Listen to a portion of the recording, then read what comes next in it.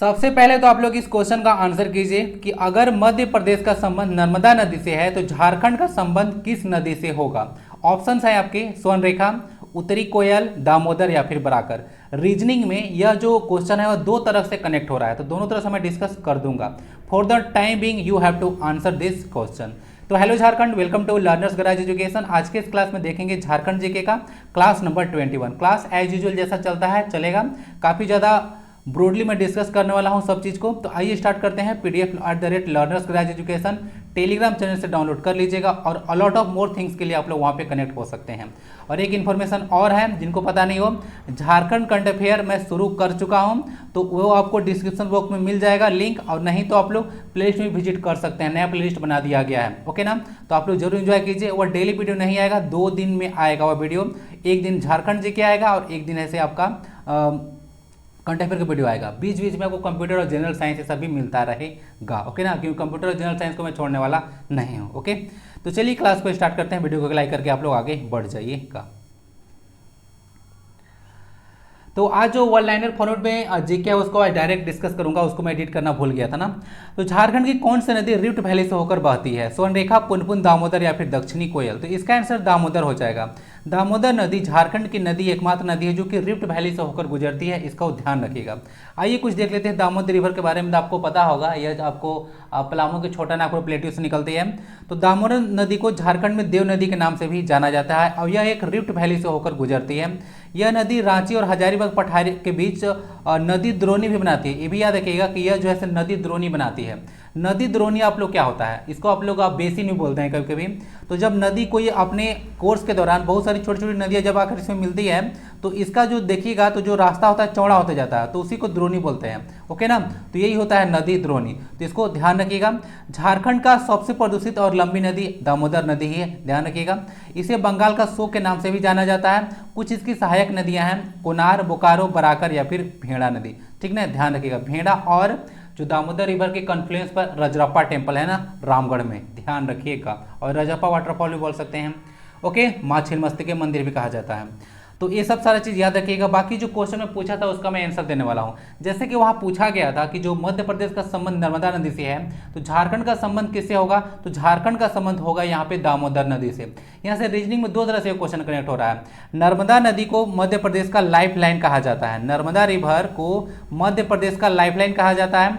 दूसरा बात है, इसको अगर देखिएगा दामोदर नदी को, तो दामोदर नदी को झारखंड का लाइफलाइन कहा जाता है। एक तरह से कनेक्ट हो गया। दूसरी बात, नर्मदा रिवर जो है से रिफ्ट वैली से होकर गुजरती है, तो एक तरह से कनेक्ट हो गया।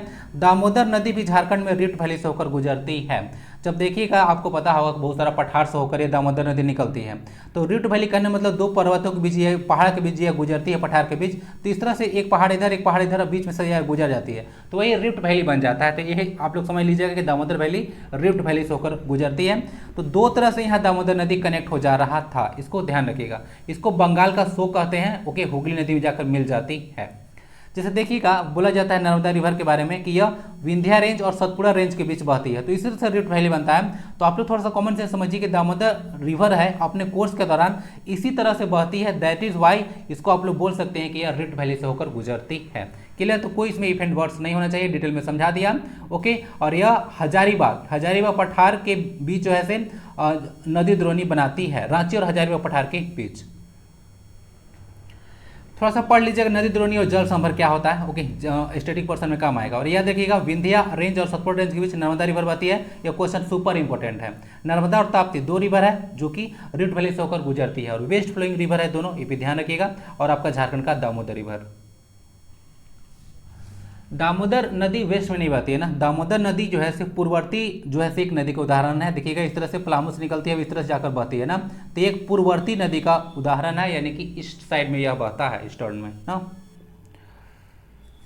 झारखंड किस खनिज का एकमात्र उत्पादक है? कोयला, यूरेनियम, अभ्रक, पाइराइट, यूरेनियम बॉक्साइट या फिर यूरेनियम पाइराइट? आंसर इसका डी हो जाएगा। झारखंड को बोला जाता है कि यूरेनियम और पाइराइट का जो है एकमात्र उत्पादक है।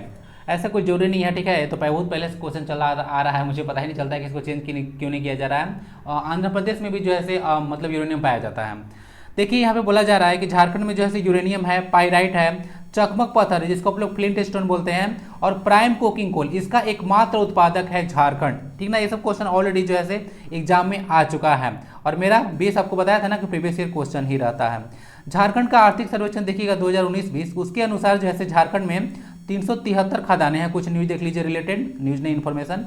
झारखंड में सबसे ज्यादा खदान जो है धनबाद में है, और फिर उसके बाद पश्चिमी सिंहभूम में आपको देखने को मिलेगा 78, और झारखंड में सर्वाधिक जो हेमेटाइट होता है लौह अयस्क, वह जिला पश्चिमी सिंहभूम है, तो सबसे ज्यादा। ठीक ना, आप ध्यान रखिएगा, जैसे चिड़िया खदान है, नौमुंडी की खदान है, ये सब आप लोग याद रख सकते हैं पश्चिमी सिंहभूम में। और ध्यान रखिएगा झारखंड में जो खदान है उसको भी आपको याद रखना है, जैसे कि चिड़िया बोला, नौमुंडी बोला, तो सबको याद रखना है, क्योंकि छांटने के लिए दे देगा कि कौन सा कोयला खदान है या फिर लोहे का खदान है, झारखंड में है या फिर झारखंड में नहीं है। इस तरह से क्वेश्चन आते रहता है। जैसे कोरबा दे देगा, तो कोरबा झारखंड में है ही नहीं है, ये छत्तीसगढ़ में है। ओके ना। एशिया का सबसे बृहद और भारत का सबसे पहला स्वदेशी निर्मित स्टील संयंत्र कौन सा है? तो यह बोला जाता है कि बोकारो स्टील प्लांट जो है से एशिया का सबसे बड़ा है, बृहद मतलब बड़ा होता है, और प्रथम स्वदेशी निर्मित जो है से यह स्टील प्लांट था। भिलाई स्टील प्लांट को देख लीजिएगा, 1955 में इसको बनाया गया था, छत्तीसगढ़ में है ना, और इसको यूएसएसआर की हेल्प से बनाया गया था। उसका तो राउरकेला स्टील प्लांट है, आसपास के लोग हैं तो पता होना चाहिए आपको। राउरकेला स्टील प्लांट है, इसको उड़ीसा में है, जर्मनी की हेल्प से बनाया गया था। दुर्गापुर स्टील प्लांट है, पश्चिम बंगाल में है, यह ब्रिटेन की सहायता से है। उसके बाद बोकारो स्टील प्लांट है, झारखंड में है, 1964 में बनाया गया था, ये भी रशिया की सहायता से है। छत्तीसगढ़ और जो झारखंड का स्टील प्लांट है, दोनों रशिया यानी कि यूएसएसआर की सहायता से बनाया गया है। ओके, यहाँ पे देख लीजिएगा। और बोकारो स्टील प्लांट के लिए जो समझौता पर हस्ताक्षर हुआ था वो 25 जनवरी 1955 को ही हो गया था। ये चीज आप लोग ध्यान रखिएगा, 55 नहीं होगा 65 होगा। ओके ओके ना, इसको देख लीजिएगा। तो आंसर इसका डी हो जाएगा, बोकारो स्टील प्लांट। सबका लोकेशन देख लीजिए कहाँ पे स्टील प्लांट्स हैं और किसके सहायता से बनाया गया, आपको स्टैटिक पोर्शन में भी यह काम करेगा। और ये झारखंड में जो है से 3rd 5 ईयर प्लान के ड्यूरेशन में इसको बनाया गया था, Bokaro steel plant. Okay, next question है, झारखंड में क्रोमाइट का संकेंद्रण मुख्यतः किस जिले में है? कहने मतलब क्रोमाइट मुख्य रूप से कहाँ पे पाया जाता है? पलामू, सिंहभूम, धनबाद या फिर बोकारो? तो आंसर इसका बी हो जाएगा, सिंहभूम में सबसे ज्यादा क्रोमाइट पाया जाता है। मैं भूल जाऊं उससे पहले बता देता हूं कि पलामू में चना का सबसे ज्यादा उत्पादन होता है, ग्रेफाइट का सबसे ज्यादा उत्पादन होता है, जो तिलहन देखते हैं वो भी सबसे ज्यादा उत्पादन पलामू में ही होता है। आंसर इसका बी है, सिंहभूम। आइए कुछ देख लेते हैं रिलेटेड इन्फॉर्मेशन। झारखंड में देखिएगा तो क्रोमाइट और मैग्नीज है, ठीक ना, क्रोमाइट और मैग्नीज सर्वाधिक आपको सिंहभूम वाले रीजन में देखने को मिलेगा। इस सिंहभूम वाले रीजन में सिंहभूम 2 है। 16 जनवरी 1990 को बाइफरकेट करके जो है से बनाया गया था इस सिंहभूम वे सिंहभूम। तो आप लोग आगे देखिएगा, कुछ आएगा क्वेश्चन आज। यहाँ पे देखिएगा तो बोला जा रहा है 736 के यानी कि मतलब 1000 होता है, इतना टन जो है से क्रोमाइट का भंडार मौजूद है सिंहभूम वाले रीजन में। उपयोग देखिएगा तो अगर क्रोमाइट का बात यहाँ किया जा रहा है तो क्रोमाइट देखिएगा तो स्टेनलेस स्टील के निर्माण में और रासायनिक उद्योगों में इसका प्रयोग किया जाता है। स्टेनलेस स्टील में क्या होता है तो आपको iron plus chromium plus nickel होता है ना, तो देख लीजिएगा। और नॉर्मल स्टील में आयरन के साथ सिर्फ कार्बन मिला होता है। इनमें से कौन सा कथन गलत है? आइए थोड़ा सा देखिए जरा, पहले भी डिस्कस कर चुका हूं, ध्यान से देखिएगा, दिमाग लगाएगा तो इसका कोई आंसर आप लोग इजीली कर सकते हैं। ओके, बिहार राज्य पुनर्गठन विधेयक, ये सब क्वेश्चन कहीं मिलेगा नहीं, ठीक है, बहुत सारा क्वेश्चन मैं खुद से ही बना देता हूं और कुछ प्रीवियस ईयर क्वेश्चन भी लेता हूं तो उसको मैं मॉडिफाई करके ही आपको देता हूं। बिहार राज्य पुनर्गठन विधेयक 2000 को लोकसभा ने 2 अगस्त को पास किया था। स्टेटमेंट सही है गलत है? बिहार राज्य पुनर्गठन विधेयक 2000 है, उसको राज्यसभा में 11 अगस्त को पास किया गया था। बिहार राज्य पुनर्गठन विधेयक 2000 पर अटल बिहारी वाजपेयी ने 25 अगस्त को मंजूरी प्रदान किया था, जिसके बाद यह अधिनियम बन गया। ओके, और नेक्स्ट बोला जा रहा है, झारखंड गठन के समय बिहार के मुख्यमंत्री राबड़ी देवी थी और प्रधानमंत्री और राष्ट्रपति क्रमशः अटल बिहारी वाजपेयी और RK नारायण थे। इसमें से कौन सा स्टेटमेंट गलत है? दिमाग लगाइए थोड़ा सा। ओके, मैं बहुत ही माइन्यूट सा मिस्टेक करके इसमें रखा हूँ, पकड़ पा रहा होंगे तो वेल एंड गुड, नहीं तो देख लीजिए इसका आंसर सी हो जाएगा। क्यों होगा कि बिहार राज्य पुनर्गठन विधेयक 2000 यह कानून तब बनता है जब इस पर राष्ट्रपति जो है से हस्ताक्षर करते हैं, न कि प्रधानमंत्री। अटल बिहारी वाजपेयी उस समय प्रधानमंत्री थे, न कि राष्ट्रपति, ठीक है, ये राष्ट्रपति नहीं बने हैं। तो बिहार राज्य पुनर्गठन विधेयक 2000 था, ये सही बात है। 2 अगस्त को लोकसभा, 11 अगस्त को राज्यसभा, और राष्ट्रपति की मंजूरी, जो राष्ट्रपति हैं RK नारायण, उनका मंजूरी 25 अगस्त को मिला था। उसके बाद यह कानून बन गया था। और धारा 3 यहाँ पे लिखा हुआ है, आगे होगा या नहीं है तो धारा 3 जो है से बिहार राज्य पुनर्गठन अधिनियम की धारा 3 के तहत झारखंड को जो है से अलग किया गया था। ये सब कुछ रिलेटेड इन्फॉर्मेशन आप लोग याद रख सकते हैं। उस समय राबड़ी देवी थी मुख्यमंत्री। ओके, और लखो बोला जाता है कि 46% भूमि लेकर बिहार से हम लोग अलग हुए हैं।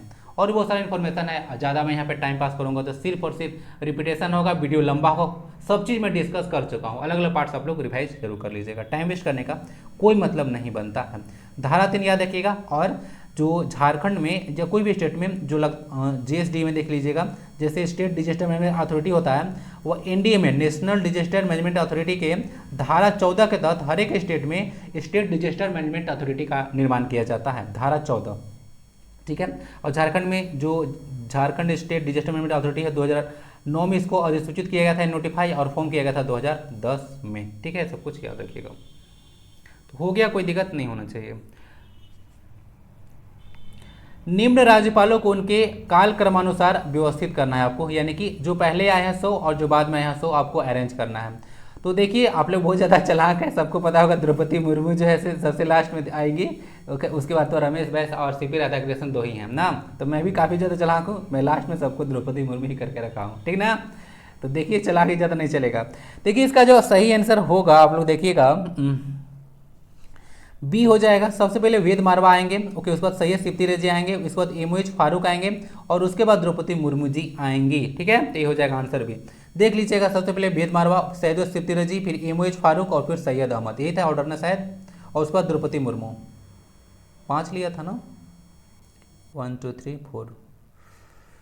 4 ही था। तो एमओएच फारूक के बाद द्रौपदी मुर्मू, सैयद अहमद इसमें नहीं थे, सैयद सिप्ती रजी थे, ओके ना। तो आंसर इसका भी हो जाएगा, देख लीजिएगा। यहाँ पे अगर देखिएगा आप लोग ध्यान से इसको देखिएगा, आपको अरेंज करने के लिए इस तरह से क्वेश्चन जेपीएससी में दे सकता है। जेपीएससी क्वेश्चन आपको नॉर्मल नहीं बनाएगा, और आप लोग लगभग क्वेश्चन देखिएगा तो कुछ क्वेश्चन तो आप लोग पहला बार देख रहे होंगे, तो जेपीएससी इस तरह से क्वेश्चन आपको बना सकती है, ओके ना। कहाँ से क्वेश्चन बनाएगी, देखिए मैं आपको कुछ चर्चा करता हूँ। जैसे कि तो डिटेल में डिस्कस करता हूँ कि झारखंड में गवर्नर का पोस्ट देखिएगा तो आर्टिकल 155 के तहत इनको अपॉइंट किया जाता है प्रेसिडेंट के द्वारा, और ये जो होता है किसी स्टेट में एग्जीक्यूटिव हेड होते हैं, ये चीज़ ध्यान रखिएगा। बाकी सबसे पहला जो झारखंड में राज्यपाल थे उनका नाम था प्रभात कुमार। ये 3 देख लीजिएगा 15 नवंबर 2000 से 3 फरवरी 2002 तक रहे थे, 1 साल 80 दिन तक। उसके बाद सब पढ़ लीजिएगा। सेकंड में वीसी पांडे आए थे, उसके बाद एम रमा जोश थे, वेद मारवा है, सैयद सिप्ती रजी हैं, के शंकर नारायणन है, एमओएच फारूक हैं, सैयद अहमद हैं, द्रौपदी मुर्मू जी हैं, उसका बाद रमेश बैस और सीपी राधाकृष्णन जो कि वर्तमान में हैं। और सारा ऑर्डर में है, किस नंबर पे कौन राज्यपाल है सारा ऑर्डर में ही लिखा हुआ है, तो आपको कंफ्यूजन नहीं होगा, आराम से याद कर सकते हैं, ठीक है। ये सारा चीज़ जो इंपॉर्टेंट चीज़ होता है मैं टेलीग्राम पर आपको इमेज के फॉर्म में शेयर भी कर देता हूँ, और आपके पास पीडीएफ भी रखा मिल जाता है वहाँ पे, तो आप लोग जिस तरह से रिविजन करना चाहें कर सकते हैं।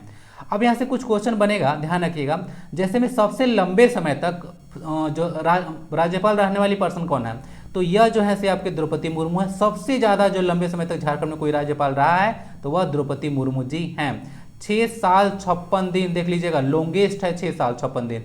और उसके बाद देख लीजिएगा यह पहली महिला भी है, अगर राज्यपाल कोई देगा तो क्वेश्चन बन सकता है। अगर ऑर्डर में जेपीसी जैसे एग्जाम में अगर आ जाए कि सबसे ज़्यादा से लेकर सबसे कम की ओर जो है से अरेंज कीजिए राज्यपाल को, तो सबसे पहले द्रौपदी मुर्मू जी आएंगे नंबर फर्स्ट में।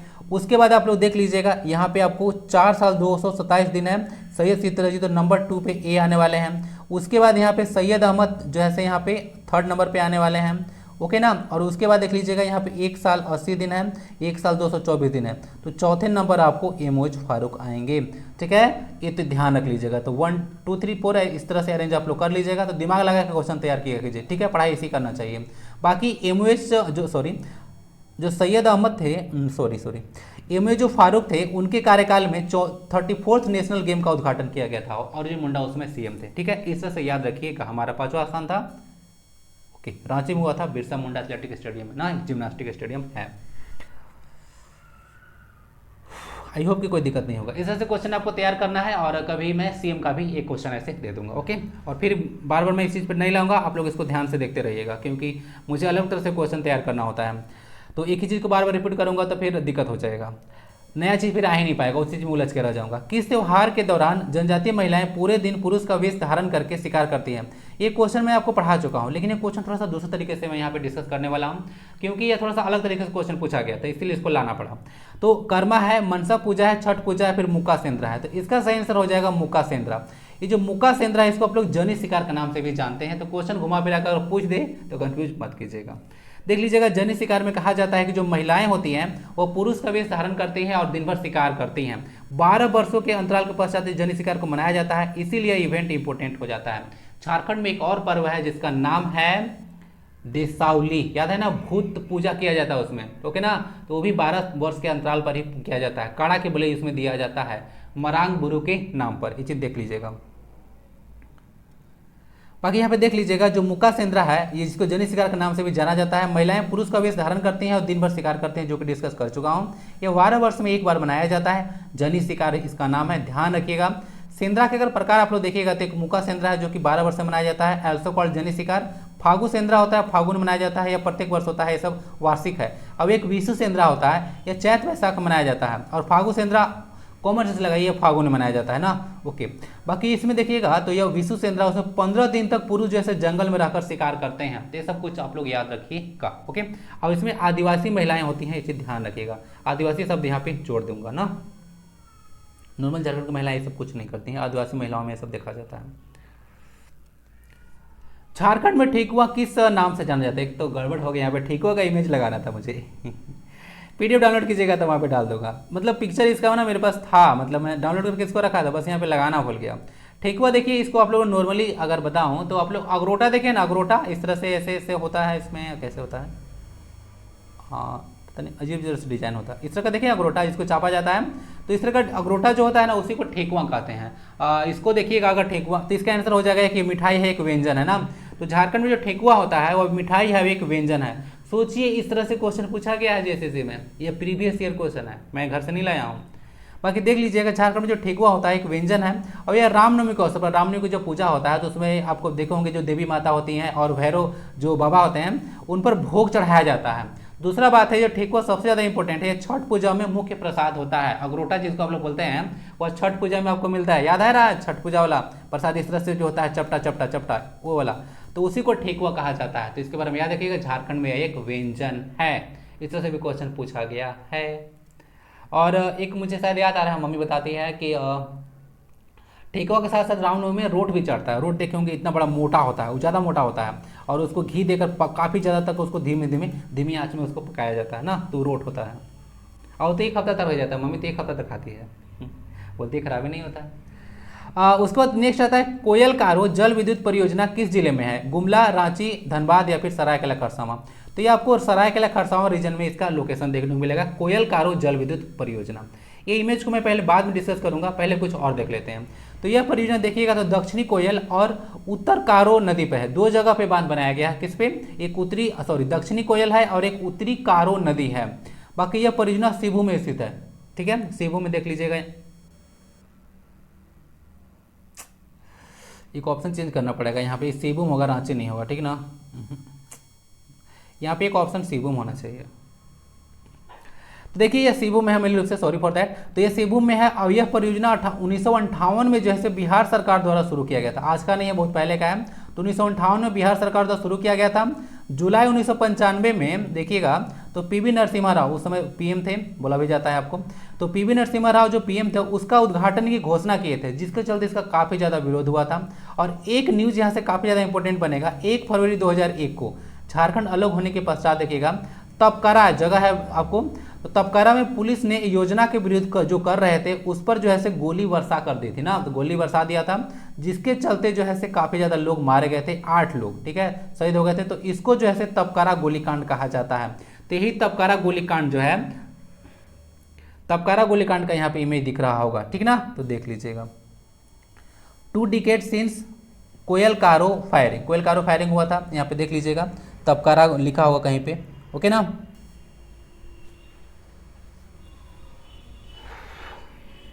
यहाँ पे जोहार लिखा हुआ, जोहार मतलब पता है आपको, जैसे झारखंड में देखिएगा, ये बताया था कि जो प्रकृति की पूजा करने वाले लोग होते हैं, प्रकृति की पूजा, उनके लिए सरना धर्म है। 11 नवंबर 2020 को झारखंड ने सरना कोड को पास कर दिया था, आपको याद होगा। तो प्रकृति की जय है तो होता है ना, यही मतलब होता है जोहार का, प्रकृति की जय। तो क्या झारखंड में जो आदिवासी होते हैं वो प्रकृति की काफ़ी ज़्यादा पूजा करते हैं। जैसे भी देखिएगा जो सिंह बोंगा की पूजा की जाती है वो सूर्य देवता को समर्पित है। अब दिन में भी आपका स्टेट बर्ड बोल रही है, नहीं बोल रहा है, क्योंकि कोयल कभी बोलती नहीं है, कोयल बोलता है, इंटरेस्टिंग है। और मोरही नाचता है, मोरही नाचती है, ये सब इंटरेस्टिंग, पता है कि नहीं। और खूबी की कहानी है कि मच्छर कभी नहीं काटता है, एक तरह से बोल सकते हैं कि जो फीमेल मच्छर होती है वही काटती है। नागवंशी राजा ने सर्वप्रथम नवरत्न नामक पंच मंजिला भवन का निर्माण कहाँ करवाया था? पालकोट, दोयसा, रातो या फिर नागफेनी? इसका आंसर हो जाएगा आपको दोयसा में। तो दोयसा में इसका निर्माण करवाया गया था। इसको आप लोग नवरत्नगढ़ का किला के नाम से भी जानते हैं, ओके ना, नवरत्नगढ़ का किला। आइए देख लीजिए कुछ इन्फॉर्मेशन नागवंश के बारे में। स्थापना इसको 64 ईस्वी में किया गया था फनु मुकुट राय के द्वारा, जिनको कि नागवंश का जो है आदि पुरुष भी कहा जाता है। राजधानी इनका पहला जो था सुत्यांबे, याद रखिएगा, पहला जो है सुत्यांबे राजधानी था नागवंश का। बाकी देख लीजिएगा प्रताप रॉय थे, यह जो है से राजधानी सुत्यांबे से चुटिया स्थानांतरित कर दिए थे। भीमकर्ण राजधानी चुटिया से खुखरागढ़ लेकर गए थे। ध्यान रखिएगा भीमकर्ण जो है पहले ऐसे नागवंश के राजा थे जो कि अपना जो टाइटल है, ठीक ना, टाइटल जो है वह राय से हटाकर कर्ण किए थे। तो ये क्वेश्चन आपसे पूछा जाता है। बाकी दुर्जन साल के बारे में देख लीजिएगा। दुर्जन साल जो है ये राजधानी खुखरा से दोयसा जो है गढ़ या दोयसा बोला जाता है स्थानांतरित कर दिए थे 1627 ईस्वी में। और यहाँ पे नवरत्नगढ़ का किला जो है बनवाया गया था इनके द्वारा, दुर्जन साल। और दुर्जन साल के बारे में तो काफ़ी ज़्यादा आपको इंपॉर्टेंट पता होगा। इनको जो है ग्वालियर किले में 12 साल जहांगीर के द्वारा कैद करके रखा गया था, लेकिन हीरे की पहचानने की अद्भुत क्षमता इनके पास थी, जिसके चलते 6000 सालाना कर पर जो है इनको छोड़ दिया गया था जहांगीर के द्वारा। इसको देख लीजिएगा। बाकी यहाँ पे कुछ और इन्फॉर्मेशन, रघुनाथ शाह नेक्स्ट आते हैं। ये जिन्होंने जो है के शासनकाल में मेदिनी राय ने नवरत्नगढ़ दोयसा पर आक्रमण किया था। इसको देख लीजिएगा। जो दोयसा जो किला है वहाँ पे देख लीजिए, नवरत्नगढ़ किला, उस पर आक्रमण मेदिनी राय के द्वारा किया गया था। काफ़ी लूटमार जो है इनके द्वारा किया गया था वहाँ पे, ओके ना। ऐसे पहले के ज़माने में होते रहता था, अगर देखा जाता था कि कोई कमज़ोर है तो उसके ऊपर हथियार लिया जाता था। ये पहले ऐसे चलता ही था। उसके बाद देख लीजिएगा जो रघुनाथ शाह कुछ इंपॉर्टेंट क्वेश्चन अगर बने तो जगन्नाथ मंदिर बनेगा 1682 में इनके द्वारा बनाया गया था। बाकी मदन मोहन मंदिर है वह बनवाया गया था आपको इन्हीं के द्वारा। ये आपको बोड़िया रांची में देखने को मिलेगा। तो बोड़िया मंदिर भी कभी कभी इसको बोला जाता है, मदन मोहन मंदिर को। तो यही रघुनाथ शाह के द्वारा बनवाया गया था, ओके। बाकी उदयनाथ सहदेव हैं, देख लीजिएगा। यह राजधानी दोयसा से पालकोट जो है ले गए थे ना, दोयसा से यह पालकोट ले गए थे। उसके बाद एक आए थे प्रताप उदयनाथ सहदेव, राजधानी पालकोट भौरों से ये जैसे रातूगढ़ लेकर चले गए थे। एक तो देख लीजिएगा 1870 से 1952 में जो है तक यह राजधानी रहा था रातूगढ़ ना, इसको देख लीजिएगा। बाकी यह अंतिम राजधानी रहा था, तो याद रखिएगा सुत्यांबे पहला राजधानी था और नागवंशियों का ये जो है अंतिम राजधानी रातूगढ़ ही रहा था। और झारखंड का हल्दी घाटी कोराम्बे को कहा जाता है। कोराम्बे इसीलिए आपके लिए इंपॉर्टेंट है कि रक्सेल और चेरो के बीच में बहुत भीषण जो है लड़ाई हुआ था, इसलिए झारखंड का इसको हल्दी घाटी कहते हैं, ओके ना। बाकी हल्दी घाटी का युद्ध 1576 ईस्वी में हुआ था, ध्यान रखिएगा, अकबर और महाराणा प्रताप के बीच। गुमला में कोराम्बे है। जूट की भांति झारखंड राज्य में उत्पादित रेशे को क्या कहा जाता है? जूट का सबसे ज्यादा बड़ा उत्पादक आपको पश्चिम बंगाल है, याद रखिएगा। चावल का भी सबसे ज्यादा उत्पादन पश्चिम बंगाल में ही होता है। तो जूट की भांति झारखंड में उत्पादित रेशे को क्या कहा जाता है? पटसन, सनई, मेस्टा या फिर सेमल? इसका आंसर सी हो जाएगा, मेस्टा। आइए कुछ मेस्टा को आपको दिखाते हैं किस तरह से होता है। मेस्टा देखिए इस तरह से होता है। इसे ना एक फाइबर प्लांट बोल सकते हैं। फाइबर मतलब इसे तंतु या रेशा निकलता है, जिसको बाद में आप लोग रस्सी जैसा शेप दे सकते हैं और वेरियस पर्पसेस के लिए आप लोग इसको यूज कर सकते हैं। तो यह मेस्टा फसल को देख लीजिएगा। यह फसल जो है खरीफ फसल है, मई जून में इसको बोया जाता है। मूल स्थान देखिएगा तो बोला जाता है कि एफ्रोएस है, यानी कि यह जो है अफ्रीका और एशियन वाला रीजन से निकलकर यह फसल आया है। उसके बाद इसका प्रजाति में दो है, साइंटिफिक नेम इसका देख लीजिएगा, हिबिस्कस कैनबिनस है और हिबिस्कस सदारिफा है। तो दो जो इसका प्रजाति देखने को मिलेगा, ओके। तो ये पूछा चुका है, तो आगे अगर पूछ दे कि मेस्टा का कितने प्रजाति है तो दो प्रजाति है। कपास और जूट के बाद इसको महत्वपूर्ण जो है व्यावसायिक फसल एक माना जाता है। अगर देखिएगा तो रेशा अगर निकालना है तो इस मेस्टा का तना यानी कि जो स्टेम होता है उससे और छाल यानी कि बार्क से आप लोग जो है ये रेशा निकाल सकते हैं, ओके ना। तो पूछेगा कि मेस्टा से कि किस पार्ट से जो है क्वेश्चन ऐसे पूछा जाता है, अलग देखिएगा कि जैसे एक जो मसाला है वह मतलब इसके किस पार्ट से प्राप्त किया जाता है, ओके ना। तो पूछ देगा इस तरह से। तो स्टेम और बार्क दोनों से यूज होता है ना, इसको ध्यान रखिएगा, ऐसे क्वेश्चन आपको पूछा जाता है, ओके ना। डिटेल में हो चुका है मेस्टा। ये क्वेश्चन पहली बार मैं डिस्कस कर रहा हूँ ना, ओके। मेस्टा मेरे पूरे चैनल पे आज तक मैं कभी इस क्वेश्चन को डिस्कस नहीं किया था, लर्नर्स क्राइज एजुकेशन पे। इमेज भी दिखा दिया, कोई दिक्कत नहीं होगा। वर्ष 2007 के राष्ट्रीय खेल में किस महिला खिलाड़ी ने अपने ही राज्य के खिलाड़ी को हराकर स्वर्ण पदक जीता था? उनका नाम था मंजूधा सोय ना। तो मंजूधा सोय थे ये पर्सन जो कि अपने ही स्टेट के खिलाड़ी को हराकर ये जो है स्वर्ण पदक जीते थे। इनका संबंध आर्चरी से है। देखिए ज़्यादा डिटेल इनके बारे में मुझे पता ही नहीं चल पाया, क्योंकि 33rd अगर 30 इसको देखिए आगे थोड़ा सा 33rd नेशनल गेम हुआ था। ये पर्सन को देख लीजिएगा, यही है आपके मंजूधा सोय। ओके, ये एक आर्चरी प्लेयर है जो कि दिख भी रहा होगा आपको। यह 33rd नेशनल गेम से रिलेटेड है। 2007 में गुवाहाटी में हुआ था, आसाम में ना। गुआ मतलब होता है सुपारी और हाटी मतलब बाजार होता है, यानी कि सुपारी का बाजार को गुवाहाटी बोलते हैं। कामाख्या टेम्पल भी वहीं पे है गुवाहाटी में, ठीक है। ब्रह्मपुत्र रिवर वहीं बहती है, ध्यान रखिएगा। बाकी झारखंड देखिएगा उस समय 33rd जिसमें नेशनल गेम हुआ था उसमें कुल पदक जीता गया था 22, ठीक है, और 15वां स्थान रहा था। 6, 9 और 7 था, यानी कि देखिए मैं पहले बोल चुका हूँ, ये जो कभी मेरा लेक्चर देखिएगा तो सबसे पहले गोल्ड लेता हूँ, उसके बाद सिल्वर और उसके बाद ब्रॉन्ज लेता हूँ। तो जीएसबी का ऑर्डर यहाँ मैं लिखता हूँ। तो गोल्ड 6, सिल्वर 9 और ब्रॉन्ज 7, टोटल 22 मेडल, 15वां स्थान था। मंजूधा सोय जो थे वह सरायकेला खरसावां रीजन से बिलोंग करते हैं। तीरंदाजी में यह स्वर्ण पदक जीते थे इसी में। 33rd नेशनल गेम तो हो चुका है। बाकी 34वां नेशनल गेम झारखंड रांची में हुआ था, तो बहुत बार डिस्कस कर चुका हूँ। उसमें हमारा स्थान 5वां रहा था। टोटल मेडल हम लोग जो है 96 जीते थे, ये चीज़ देख लीजिएगा।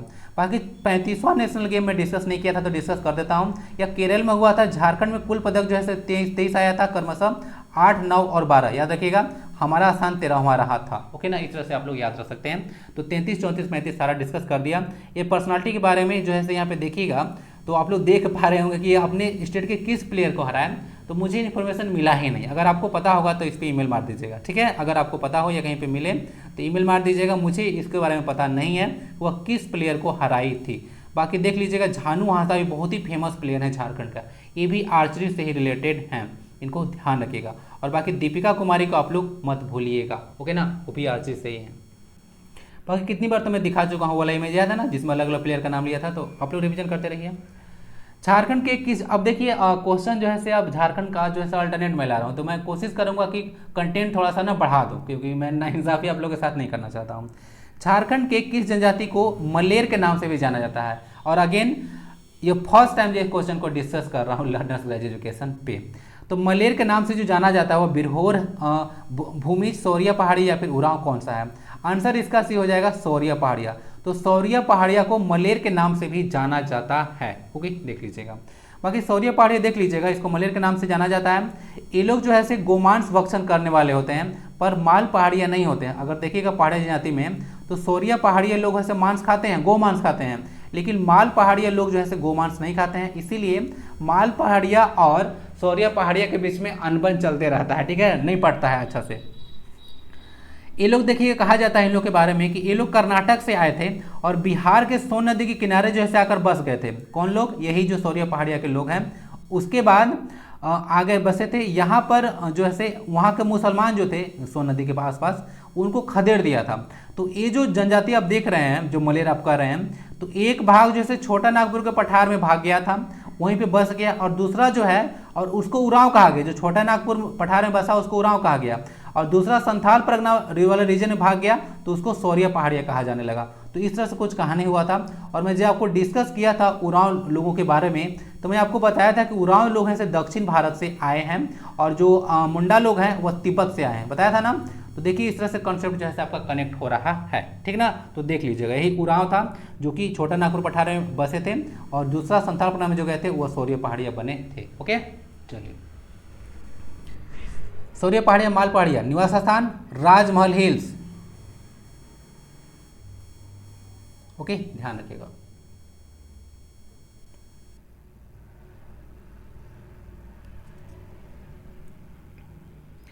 अब देखिए झारखंड पुलिस का ऑफिशियल वेबसाइट का यह डेटा है, तो इसको थोड़ा सा आप लोग देख लीजिएगा। इसमें कहा गया है तो 32 टाइप आपको पता होगा, जिसमें 8 जैसे पार्टिकुलरली वल्नरेबल टाइप्स हैं, ये तो पता होगा।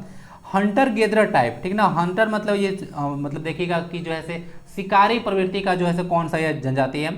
तो 3 है, बिरहोर है, कोरबा, हिल खड़िया। ये आपसे डायरेक्ट क्वेश्चन पूछ देगा, 3 को डाल देगा, बोलेगा कौन नहीं है, एक डाल देगा सौरिया पहाड़िया। क्वेश्चन आ सकता है, ध्यान रखिएगा, तीनों को याद रखें। बाकी शिफ्टिंग एग्रीकल्चर के लिए, यानी कि स्थानांतरित कृषि जिसको झूम की खेती के नाम से जानते हैं, झारखंड में इसको करुआ के नाम से जाना जाता है। जितना भी आप लोग शिफ्टिंग एग्रीकल्चर देखे हैं रोका तोका, ठीक ना, सब झारखंड में इसको करुआ कहा जाता है। तो सौर्य पहाड़ी जनजाति है जो कि शिफ्टिंग एग्रीकल्चर के लिए जानी जाती है, झूम खेती के लिए जानी जाती है। इसमें सिंपल आर्टिसन बोला जाता है वह है मोहली जनजाति, उसका बाद लोहरा है, उसका बाद करमाली है और फिर चीक बड़ाइक है। ये झारखंड में सिंपल आर्टिसंस है, ठीक है, ध्यान रखिएगा मोहली जनजाति। और मोहली जनजाति झारखंड में देखिएगा तो किसके लिए फेमस है, तो इसको ना हम लोग शिल्पकार जनजाति के रूप से जाने जाते हैं। बांस का अलग अलग तरह से आपको जो है मटेरियल के द्वारा बनाया जाता है। सेटल एग्रीकल्चर में यानी कि बोल सकते हैं कि जो सेटल एग्रीकल्चर है, ओके ना, वह करता है संथाल जनजाति के लोग, मुंडा है, ओराव है, हो है, भूमिज है, एटसेट्रा आप लोग बोल सकते हैं। मतलब ये कृषि की प्रथा को बदलते नहीं है, एक जगह दूसरी जगह नहीं जाते हैं, आराम से खेती करते हैं, ये होता है शिफ्टिंग एग्रीकल्चर। सारा क्वेश्चन ऑलरेडी पूछा जा चुका है ना, देख लीजिएगा। रूबी श्रेणी का अभ्रक का उत्पादन झारखंड में कहाँ पे होता है, यहाँ पे कुछ मिस्टेक हो गया है। तो रूबी श्रेणी का जो अभ्रक है वह मुख्य रूप से आपको गिरिडीह कोडरमा वाले रीजन में देखने को मिलेगा। कोडरमा तो आप लोग से कनेक्ट कर पा रहे होंगे, कोडरमा में होता है। देखिएगा यहाँ पे इस तरह से आप लोग को रूबी टाइप का जो है से अभ्रक मिलेगा, ओके, काफ़ी ज़्यादा ये सब का यूज होता है। तो रूबी श्रेणी का अभ्रक उत्पादन आपको गिरिडीह कोडरमा में देखने को मिलता है। भारत की अभ्रक राजधानी कोडरमा कहा जाता है। कोडरमा प्लेस काफी ज्यादा इंपॉर्टेंट है क्योंकि इसमें तिलैया जल विद्युत परियोजना है बराकर नदी पर 1953 में जो है से इसको बनाया गया था डीवीसी के तहत ना, इसको देख लीजिएगा, डीवीसी के तहत। डीवीसी का हेडक्वार्टर कहाँ पे पता है, आज क्लास में लिया हूँ, टेंशन मत लीजिए, बता दूंगा। यह डीवीसी का पहला परियोजना था, तो ध्यान रखिएगा, ओके। बाकी अभ्रक देखिएगा तो अभ्रक का एक बहुत ही इंपॉर्टेंट जो है से एक गुण होता है, नॉर्मल मटेरियल आपको देखने को मिलेगा। यह जो है से हीट को जो है से हीट का कंडक्टर है, लेकिन यह जो है से इलेक्ट्रिसिटी का जो है से इंसुलेटर है। कहने का मतलब हीट को तो अपने से पास होने देगा, लेकिन इलेक्ट्रिसिटी को जो है करंट को, आई से करंट होता है, करंट जो होता है उसको बोलेगा कि नो नो नो, आपको पास नहीं होने दिया जाएगा। तो ये कुछ इंपॉर्टेंट होता है। तो आयरन आप लोग जो देख रहे हैं तो उसमें जो नाइक्रोम का वायर लगा होता है, नाइक्रोम देखे होंगे, इस तरह का जो शेप का होता है ना, इस तरह का, उस तरह का आपको शेप देखने को मिलेगा, इस तरह का शेप बना होता है। तो ये जो नाइक्रोम का वायर होता है, तो ये नाइक्रोम के नीचे जो है अभ्रक ही लगाया जाता है, जो कि आपका जो नीचे का पार्ट है, जो आयरन है उसका लोहा जो पार्ट होता है, तो उसमें यही पार्ट ऊपर में लगाया जाता है, क्योंकि गर्म इसको कर देता है, लेकिन इलेक्ट्रिसिटी उसमें पास नहीं होता, नहीं तो करंट आपको लग जाएगा। समझिएगा, बहुत इंपॉर्टेंट इसका यूज है अभ्रक का। एशिया के सबसे गर्म जलकुंड का तापमान कितना है, ओके, तो इसका है आपको 87.5 डिग्री सेल्सियस। अलग अलग वो देखिएगा, अगर इंटरनेट पर सर्च कीजिएगा तो कहीं कहीं 88 डिग्री सेल्सियस भी आपको मिल जाएगा, ओके। तो तापमान नापने में भी हो जाता है 0.5, ठीक ना, आप लोग पढ़े होंगे इरर हो जाता है, क्लास 11th में इरर हो जाता है मतलब पढ़े होंगे इरर, तो नापने में थोड़ा बहुत इरर आता है। तो लगभग 87.5 88 के आसपास जो है, मैं कंफर्म नहीं बोल रहा हूँ कि इतना ही होगा, इतना ही के आसपास जो है, क्योंकि एग्जाम में देखिएगा तो लगभग कहीं कहीं 87 तो नहीं, लगभग 87.5 और 88 जो है आता है ना, इसको देख लीजिएगा। तो मुझे लगता है कि एग्जाम में अगर क्वेश्चन देगा तो उतना तो सिमिलर नहीं देगा कि 88.5 दे देगा, फिर 88 दे देगा, फिर 88.5 दे देगा, ऐसे तो नहीं देगा, ओके ना। तो 87.5 या फिर लगभग 88 के आसपास याद रखिएगा, उतना सिमिलर ऑप्शन मुझे नहीं लगता कि एग्जाम में दिया जाएगा। यही है सूरज जलकुंड ना, देख लीजिएगा, एशिया का सबसे गर्म जलकुंड है, 88 डिग्री सेल्सियस लगभग इसका तापमान है। आइए अब कुछ इंपॉर्टेंट चीज़ देख लीजिए। सूरज कुंड जो है देख लीजिएगा, ये आपको बेल कापी गांव में है, ठीक है, बरकाटा में पड़ता है, हजारीबाग डिस्ट्रिक्ट है। तापमान इसका 87.5 डिग्री सेल्सियस है, लगभग 88 डिग्री सेल्सियस आप लोग बोल सकते हैं। यह क्वेश्चन जेपीएससी में फ़ारेनहाइट में पूछा गया था कि जैसे सूरज कुंड जल का तापमान कितना है, वह फ़ारेनहाइट में पूछा गया था। तो देखिए आप लोग जो है पढ़ते हैं तो फ़ारेनहाइट अगर सेल्सियस पता नहीं हो, मतलब अगर याद नहीं हो फ़ारेनहाइट में, सेल्सियस में याद हो तो आप लोग निकाल सकते हैं। 9/5 डिग्री सेल्सियस प्लस 32 होता है, तो ये इसका फॉर्मूला था, आराम से इसे निकाल सकते हैं आप लोग।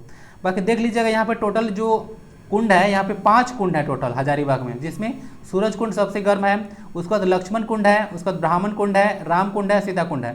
तो मुझे लगता है कि अगर 5 कुंड का नाम अगर याद करने के लिए दे दे तो मुझे आपको याद रह जाएगा, ठीक है। 1 में कौन कौन गए थे, तो राम, लक्ष्मण और सीता, तो ऐसे 3 याद रह जाएगा। एक तो सूरज कुंड हो गया और जैसे एक ब्राह्मण, ठीक है, सारे तो ब्राह्मण थे, तो याद रख लीजिएगा। चावल अनुसंधान संस्थान, कुछ रिलेटेड न्यूज है हजारीबाग से। चावल अनुसंधान संस्थान और मृदा शोध संस्थान हजारीबाग में देखने को मिलेगा, ठीक ना। चावल अनुसंधान संस्थान झारखंड में है। नेशनल लेवल का देखिएगा तो चावल अनुसंधान संस्थान जो है से आपको कटक में देखने को मिलेगा, जहाँ से सुभाष चंद्र बोस बिलोंग करते हैं। बाकी अंतर्राष्ट्रीय चावल अनुसंधान संस्थान भी है जो कि मनीला में है, मनीला फिलीपींस का कैपिटल है, एडीबी का हेडक्वार्टर। हजार बागों की भूमि भी इसको कहा जाता है हजारीबाग में। सोहराई कोवर पेंटिंग यहीं से निकल कर आया है, जिसको जीआई टैग 2020 मिला है, और जीआई टैग रजिस्ट्री का जो हेडक्वार्टर है वो आपको चेन्नई में देखने को मिलेगा, हजारीबाग में दोनों है। बाकी जयप्रकाश नारायण केंद्रीय कारागार भी हजारीबाग में है, इतना कुछ याद रखिएगा। हजारीबाग जो है से आपको नूर छोटा नागपुर में आता है और नूर छोटा नागपुर का यह हेड क्वार्टर है हजारीबाग। टोटल 7 डिस्ट्रिक्ट इसमें आते हैं ना, नौ छोटा नागपुर में सबसे बड़ा प्रमंडल आपका यही है, नौ छोटा नागपुर, हेड क्वार्टर हजारीबाग। रांची जो है आपका दक्षिण छोटा नागपुर में आता है, टोटल डिस्ट्रिक्ट 5 है, उसमें हेड क्वार्टर रांची है। आइए कुछ देख लेते हैं, 13 क्वेश्चन है और आज तो मैं आपको मैच नहीं कराया, लेकिन आप लोग जो है आंसर दे दीजिएगा कितना मार्क्स आपका आया, ठीक है। 10 आया, 12 आया, फिर 13 के बाद 13 आ गया। देखिए पहला आता है कि धनबाद का जो चिरकुंडा है एक सघन औद्योगिक संकुल है। तो इसमें कहा जाता है कि जो 35 किलोमीटर, ज़्यादा दूर नहीं है, 35 किलोमीटर दायरे में 250 उद्योग स्थापित है धनबाद में, ठीक है, देख लीजिएगा। सिंदरी आपको धनबाद में देखने को मिलेगा। और बाकी धनबाद भारत का झारखंड का सबसे प्रदूषित शहर यही है और सबसे ज़्यादा शहरी जनसंख्या धनबाद में ही है, ओके ना। और सबसे धनबाद सबसे कुछ था यहाँ पे, हाँ, सबसे ज़्यादा पॉपुलेशन डेंसिटी धनबाद में ही है, सबसे ज़्यादा पॉपुलेशन डेंसिटी धनबाद में ही है।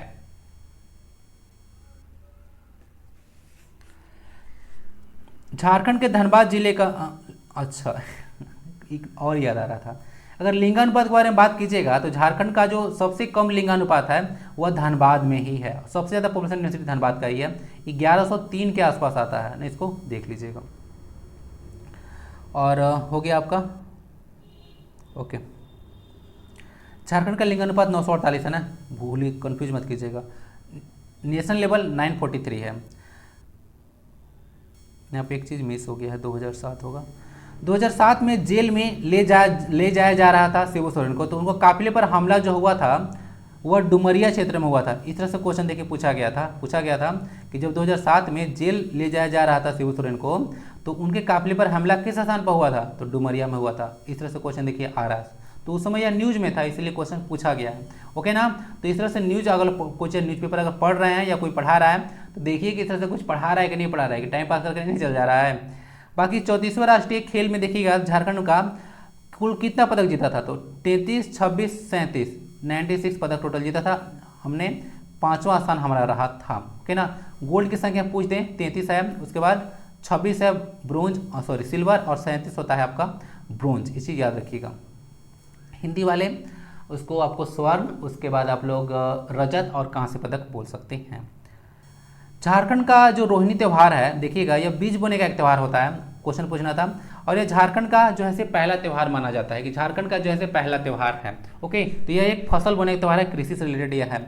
और कृषि अगेन स्टेट लिस्ट का सब्जेक्ट है। झारखंड में लगभग 76 से 80% लोग कृषि पर ही निर्भर हैं अपनी आजीविका के लिए, लेकिन झारखंड की अर्थव्यवस्था का जो है स्रोत माइनिंग है, खनन, कंफ्यूजन नहीं होना चाहिए।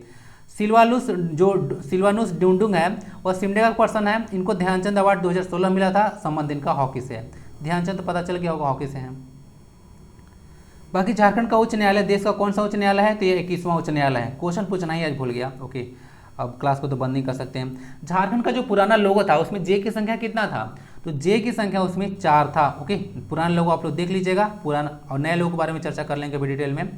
बाकी झारखंड का एकमात्र जो डीम्ड विश्वविद्यालय है उसका नाम बीआईटी मेसरा है। कल इसको मैं करंट अफेयर में डिस्कस किया था ना, कि जो है झारखंड में डीम्ड विश्वविद्यालय कितने हैं, वहाँ पे बताना भूल गया था। तो देखिए आज मैं डाल दिया हूँ, ओके ना, यहाँ पे डाल चुका हूँ और कभी वहाँ पे भी डिस्कस हो जाएगा, ओके। तो डीम्ड विश्वविद्यालय वहाँ भी बताया था आपको कि यह यूजीसी के द्वारा मान्यता प्राप्त होता है। बाकी और इसमें जो है से आपको एजुकेशन मिनिस्ट्री इसमें काम करती है, उन्हीं लोग का हस्तक्षेप होता है, स्टेट गवर्नमेंट का कोई लेना देना इसमें नहीं होता है, वही होता है डीम्ड यूनिवर्सिटी। तो झारखंड में जो डीम्ड यूनिवर्सिटी है बीआईटी मेसरा रांची है, ध्यान रखिएगा, ठीक है। चलिए,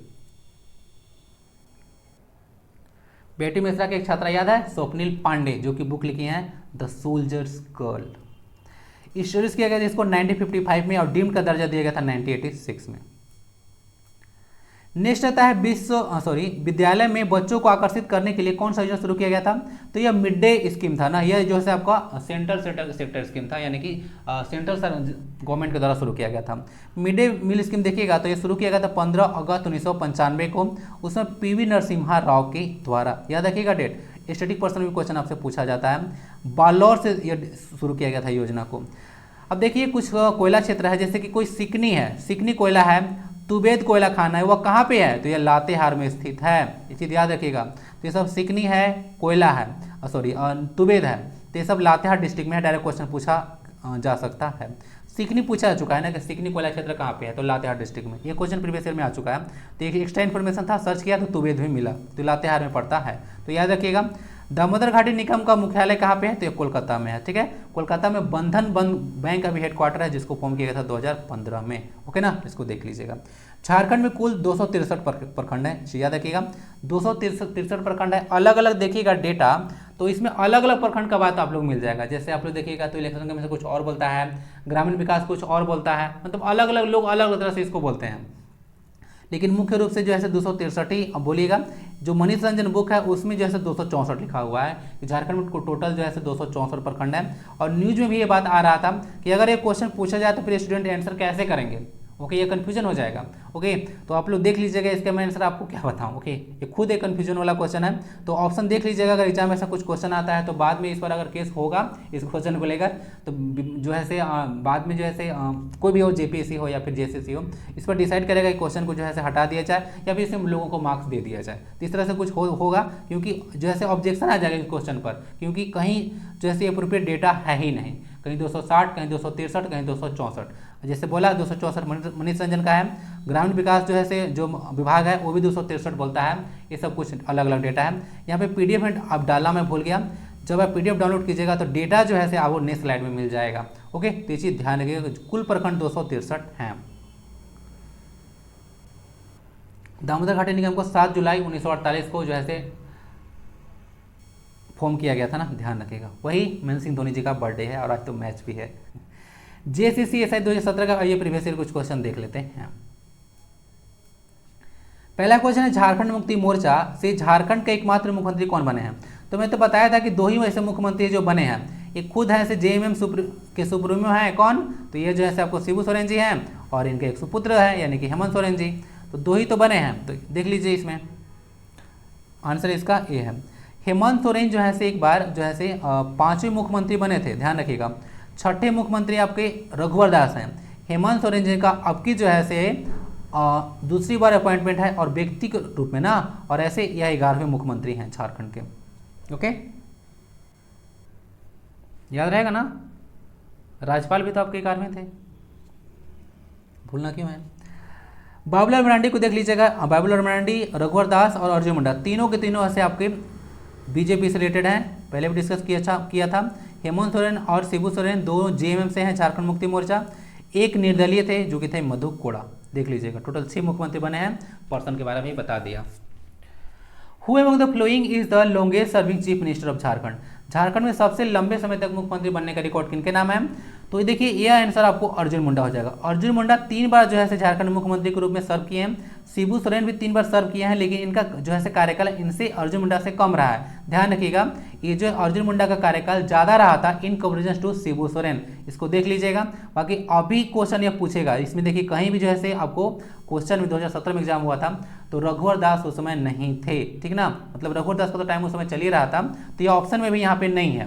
बाकी अब आएगा तो रघुवर दास हो जाएगा, आगे एग्जाम होगा तो हो सकता है हेमंत सोरेन भी आपको दे दे, क्योंकि ये भी जो है 5 साल फिर कंप्लीट कर लेंगे, ओके ना, तो फिर रिकॉर्ड टूट जाएगा। तो आंसर इसका हो जाएगा 2 ना, अर्जुन मुंडा। कोई टाइम कंप्लीट ही नहीं किया था अपना, सब में कुछ ना कुछ नुक्स निकल ही जाता था कि बहुमत ही नहीं मिल पाता था, सब भ्रष्ट नेता रहते हैं। अब देखिए हेमंत सोरेन का क्या हो रहा है। Who among the following was appointed as the first governor of Jharkhand in the year 2000, तो मुझे लगता है इसमें कोई दिक्कत नहीं होगा।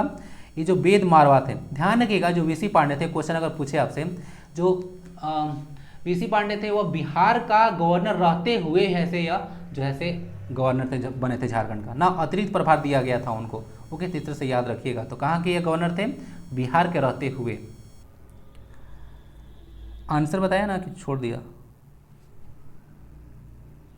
देखिए ऐसा ही होता है मेरे साथ। आंसर इसका प्रभात कुमार होगा, देख लीजिएगा।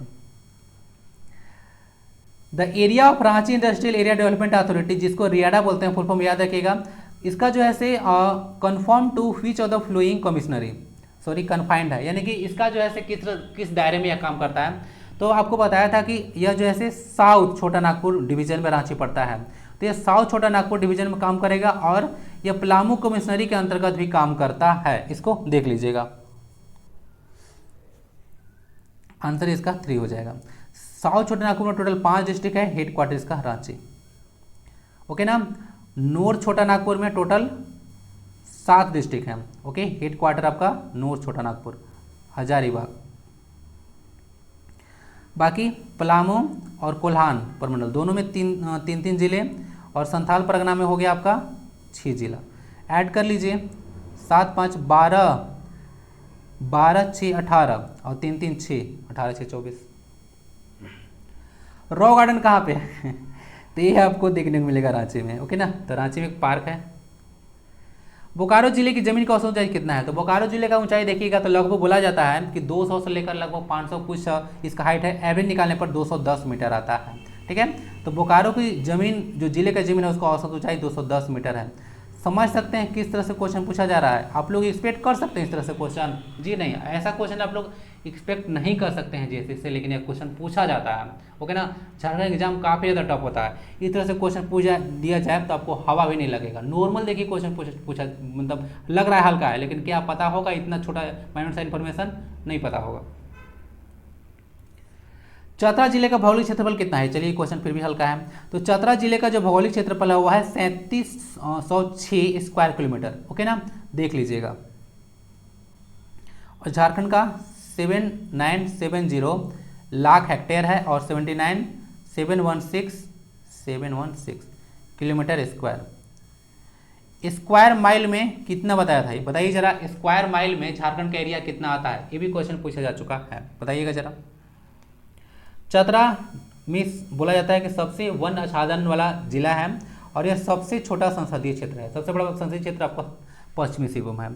The only place in India where the Jyotirlinga and the Shaktipeeth are together rich. मैं कितनी बार बोल चुका हूँ कि यह प्लेस काफ़ी ज़्यादा इंपॉर्टेंट है, क्योंकि यहाँ पे शक्तिपीठ भी है और ज्योतिर्लिंग है। शिव के 12 ज्योतिर्लिंग और 51 शक्तिपीठों में से एक है। ठीक ना। ठीक है, तो ध्यान रखिएगा। तो एकमात्र ऐसा है जहाँ पर ज्योतिर्लिंग भी बन रहा है और शक्तिपीठ भी बन रहा है। तो ये आपका बैद्यनाथ धाम। ठीक है, तो बैद्यनाथ टेम्पल आप लोग बोल सकते हैं। किस साल पूर्वी सिंहभूम जिला का गठन किया गया था? तो ये आपको 16 जनवरी 1990 को किया गया था। ठीक है, पूर्वी सिंहभूम, पश्चिमी सिंहभूम। सिंहभूम वाला रीजन देख लीजिए, काफ़ी ज़्यादा इंपॉर्टेंट होता है ना, इसको देख लीजिएगा। इसमें चावल का सबसे उत्पादन नहीं होता है ना, चावल का सबसे उत्पादन सिंहभूम रीजन में होता है, पूर्वी सिंहभूम और पश्चिमी सिंहभूम में। और बाकी बहुत सारी चीज़ें वो बहुत बार डिस्कस कर चुका हूँ। In which year the district of Garhwa came into formation? तो बहुत ईजी है, 1 अप्रैल 1991 को। देख लीजिएगा, 1991 में 3 डिस्ट्रिक्ट बनाया गया था, बोकारो, उसके बाद चतरा और फिर उसके बाद गढ़वा ना। देख लीजिएगा 3 district. That's it for this class. Class कैसा लगता है जरूर बताइएगा। बाकी करंट अफेयर्स आप लोग जरूर ज्वाइन कीजिए, 2 दिन में आएगा, और 2 दिन अगर में आता है अल्टरनेटिव तो 2 दिन का मैं इसमें करंट अफेयर डिस्कस कर दूंगा, और नेशनल और इंटरनेशनल। ठीक है, सारा, और झारखंड का तो रहेगा ही, सब मतलब करंट अफेयर उसमें इंक्लूड रहेगा। तो जरूर उसको ज्वाइन कीजिएगा, प्लेलिस्ट में लिंक मिल जाएगा आपको, और डिस्क्रिप्शन बॉक्स में भी लिंक डाला हुआ है।